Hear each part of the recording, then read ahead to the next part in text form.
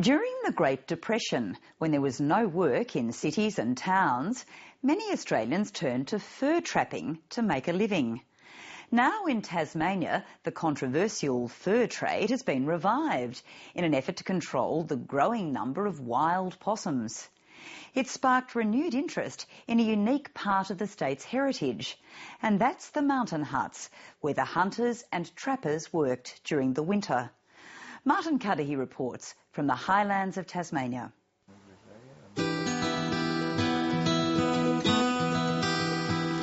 The steep highlands of Tasmania are a bushwalker's paradise. Rugged ranges and winding creeks traverse the landscape of the Western Tiers.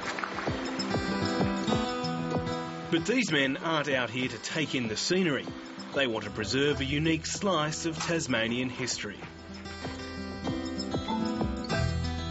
The average person out there is ignorant of the fact that this history even exists.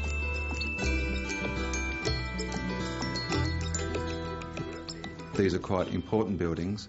Really, they don't exist anywhere else in their current form in Australia. Mountain huts represent a way of life rapidly fading from living memory. A century ago, hundreds of rough and ready huts and sheds were erected throughout the wilderness. Now, a dozen or so remain. They offered shelter from the elements and a place to cure the skins of native animals.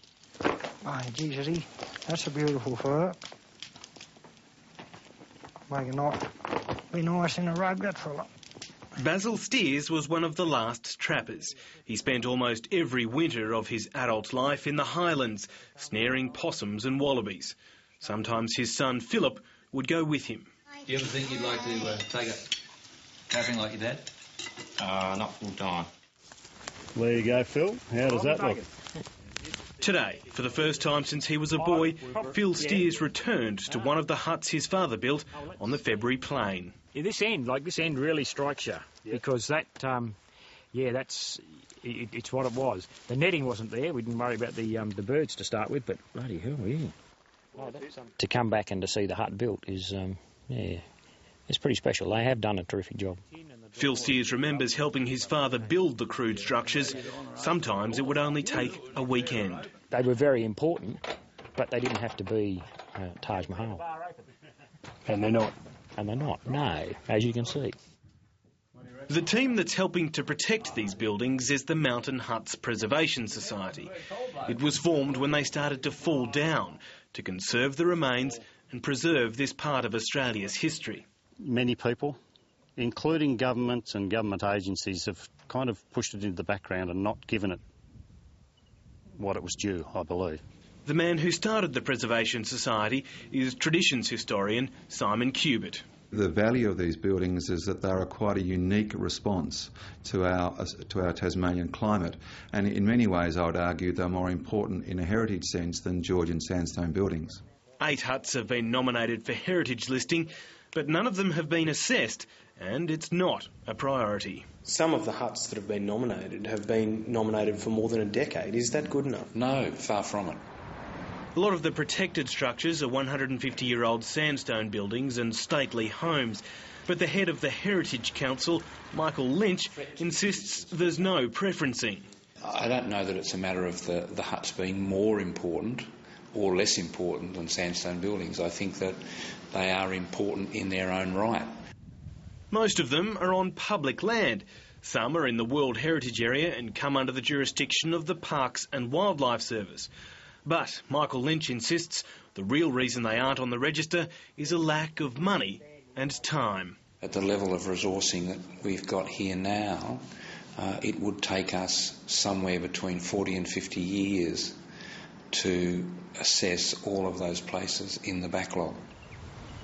Some huts on private land could get a new lease on life and once again provide a base for hunters. In October, the Tasmanian government introduced legislation that will once again allow the commercial harvest of possums. They won't be slaughtered for meat, but furs and skins will start being sold shortly. People have got to realise it's not... it shouldn't be politically incorrect to wear fur. Why not? well, there's a sustainable use for these animals.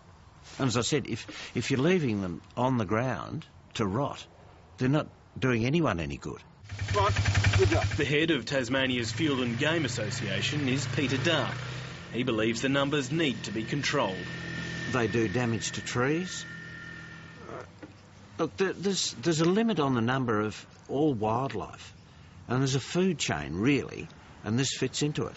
Whether or not the huts once again become a base for the fur trade remains to be seen. But Philip Steers is certain he won't be spending his winters in the Highlands. It's not something that that I'd be overly happy about going back and reliving.